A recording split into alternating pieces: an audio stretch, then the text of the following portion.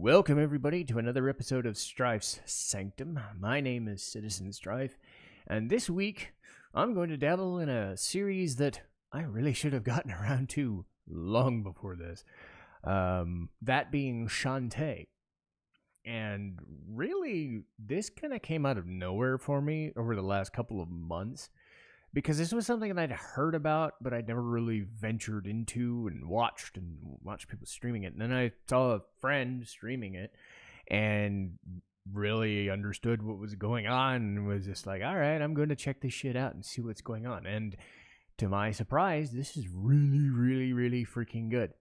And I think for me, one of my reticences about getting into retro games, mostly retro platformers, is the difficulty sometimes. And most times when I'm thinking of platformers, I'm just too reticent to want to play them anymore. I just don't want to do death pit stuff. I don't want to jump down. It's like playing old school Castlevania or the harder Mega Man games, that sort of difficulty, or even some of the harder stuff in DKC. But this was certainly on the lighter side of things. This is more played for comedy. This is more of a Metroidvania.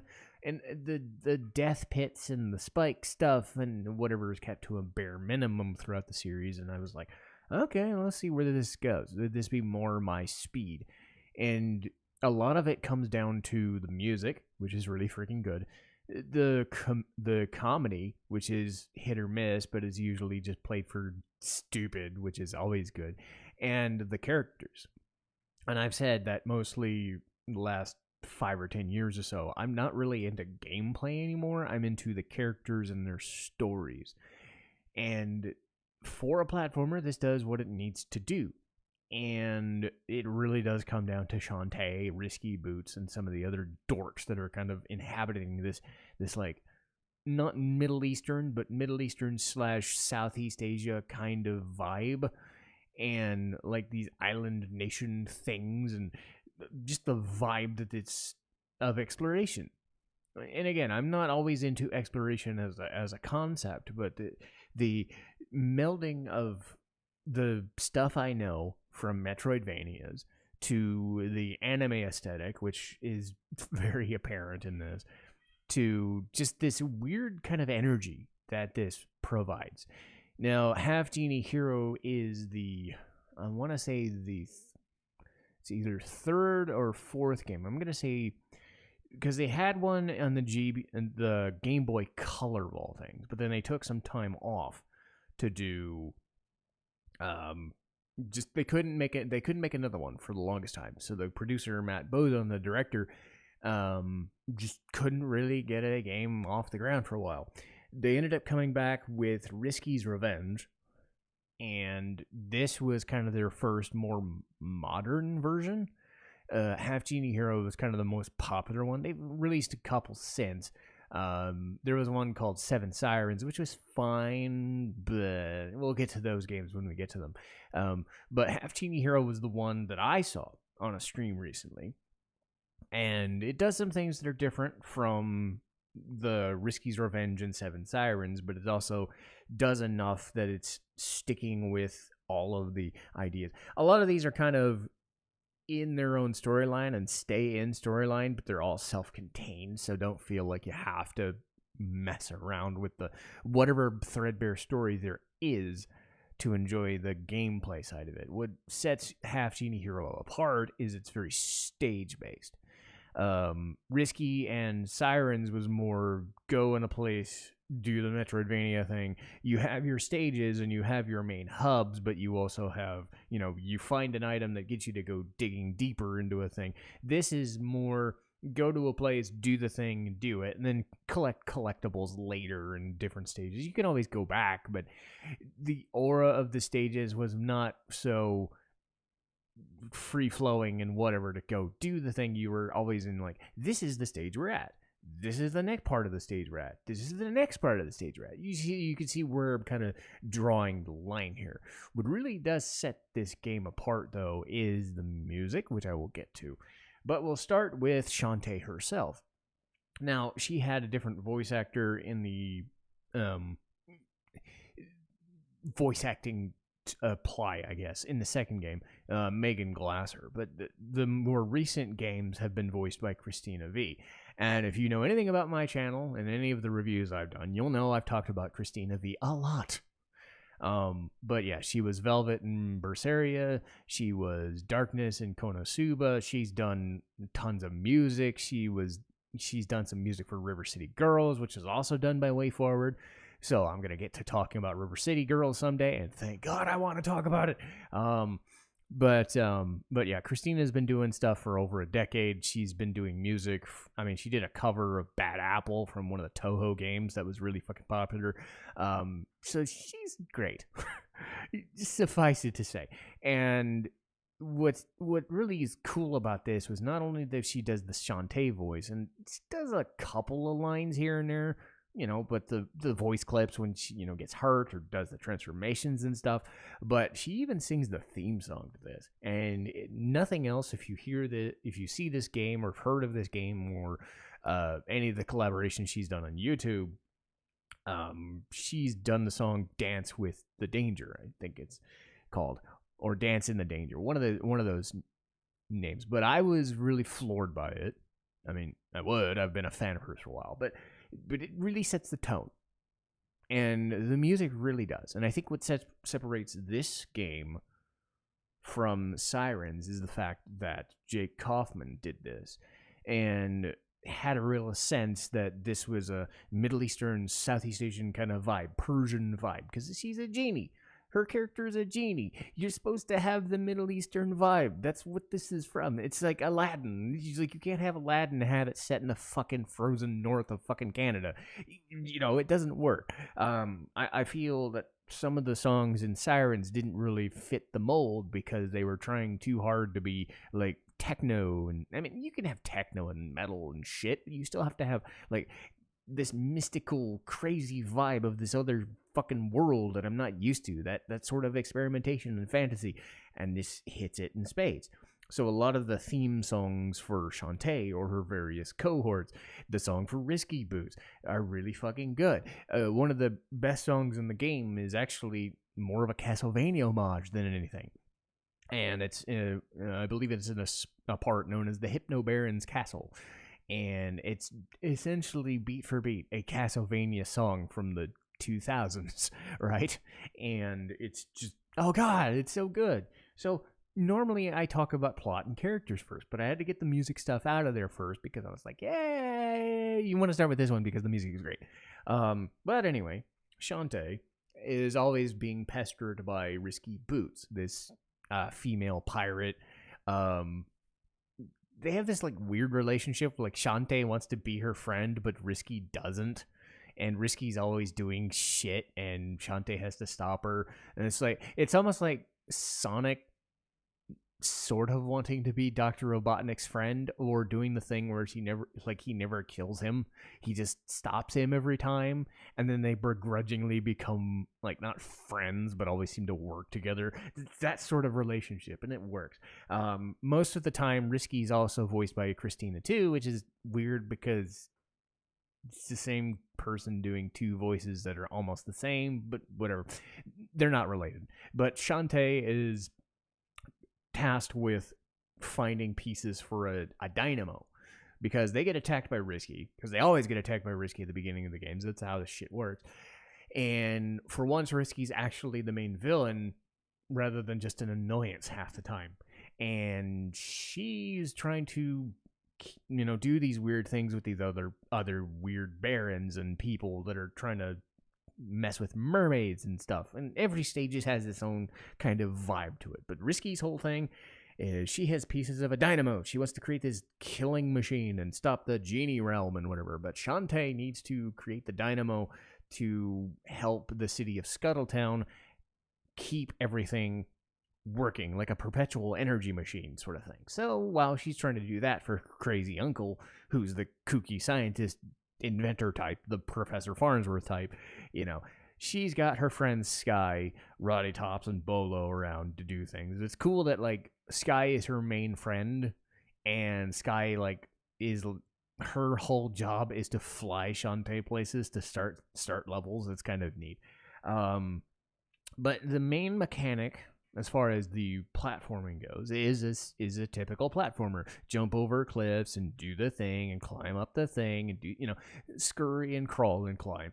What sets Shantae apart is transformations. So she's a sort of dancer sort of thing. So she does damage with her hair. I know that sounds weird, but yeah, she's got the super long braid or super long ponytail or something, and she just whips it. How she doesn't have neck issues, I don't fucking know, but she just whips people with her hair, and it does damage. But she can also transform. So she's had several different transformations in several different games. Most of the time, it's like an elephant to charge through walls, a monkey to do the Mega Man and a Samus, jump, diagonal off the wall kind of thing. I think they added some unique ones, like she turns into a crab to swim underwater. She turns into a mouse to kind of scurry through these like minuscule little paths that you see. If you've ever seen like those weird relief paintings with those little like square shaped holes and paths, think of a mouse just scurrying through those to get through different areas. Some of these stages are vertical where you're getting chased up by a monster. Some of them are flying in the air on tops of these fucking airships to beat the shit out of more people on airships. It's a unique look, because I think other games are focused on the Metroidvania, find a thing to keep going back further into another thing to find another access point to do another thing. This is more find a stage, do the thing, keep going. But you can, like I said before, you can keep building your arsenal, because not only do you have the hair whip thing, not only do you have the transformations for access and attacking and all sorts of fun stuff, you have sub-weapons. Most of the time, it's like a fire shield kind of thing. You have these revolving shields. Sometimes you'll just chuck weapons. Think of Castlevania sub-weapons. That's the best way I would describe it. So Shantae has the ability to do all the hair whipping stuff for damage, but then she can, use a fire shield to do tick damage while the enemy's in their path, that sort of thing. You can, wolf down, sandwiches and chocolates and all that stuff for HP, or, do that typical stuff for health and stuff. They didn't leave anything to chance with this game, which is nice. Really what it is this game doesn't fuck around too much. It really lets you kind of sink your teeth into a different style of fantasy. Because, as I've said, I grew up with, Aladdin as a kid. That Middle Eastern sort of vibe. And I think, while this doesn't directly do that, I think it's the whole Shantae is a genie. So it's essentially playing a female genie, not making wishes and stuff like that, but you have the idea that the genie realm is a superpowered thing, so she's a protector goddess thing, but she's a half human, so she's not only all powerful.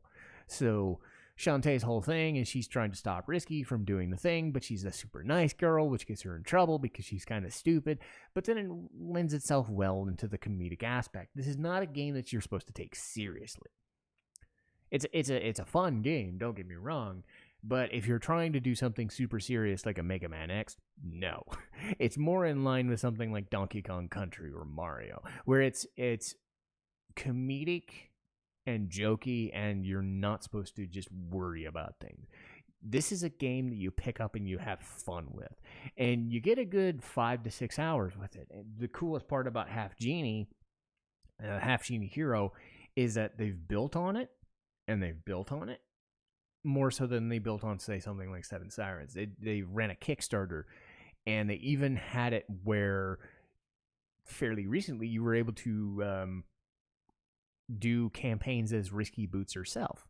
So if you wanted a change of pace and you didn't want to play as Shantae, you could play as Risky and do that sort of thing. So they're willing to build on this concept of these two characters, because it really does come down to Shantae and Risky, carrying the weight. It does kind of get old sometimes, but at the same time, it does have that Dr. Wily Mega Man and Sonic and Robotnik vibe to it. If you like that sort of like dopey comedy but want a game centered around it, it's not that invasive. It's done well enough that I think you just have a good time. If you want a game franchise that isn't gonna take up, because I talk RPGs all the time. They're 30 hours, 40 hours, sometimes 100 hours. But this is 6, right? At most, you were going to play for 3 to 4. 100%ing it would be 5 to 6 hours. It's meant to be a nice, breezy game, and they're done very well. I'll talk about others when I get to them, and hopefully I want more of them. But this was a nice little kind of primer for things. Like I said, this was one of those franchises where I wish I'd known about it way sooner, especially given my love for River City Girls. You would think I would have heard of Shantae and played it more. I know they're different franchises, but they're done the same developer. So you would think that sort of crossover would have gotten to me, but I'm glad I did. It's one of those things that I'm really into now, and I wish I'd gotten into it way sooner. But this one was going to be a quick review anyway, but hopefully that was enough to kind of convince you if you weren't a fan of Shantae already. But other than the things that we've got going soon, like Secret of Evermore and Case Study of Vanitas and How Heavy Your Dumbbells Lift, we've got the Final Fantasy villain rankings coming up in February.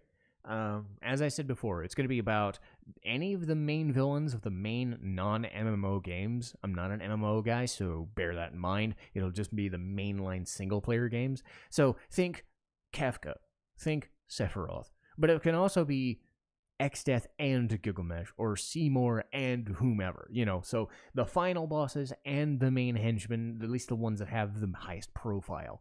And I will rank them based on their effectiveness as villains, their motivations, the music that they have, the intimidation, all sorts of things. So even if you might wonder, like, why the fuck is that guy so high? Or why is that guy so low? Or why isn't this guy number 1?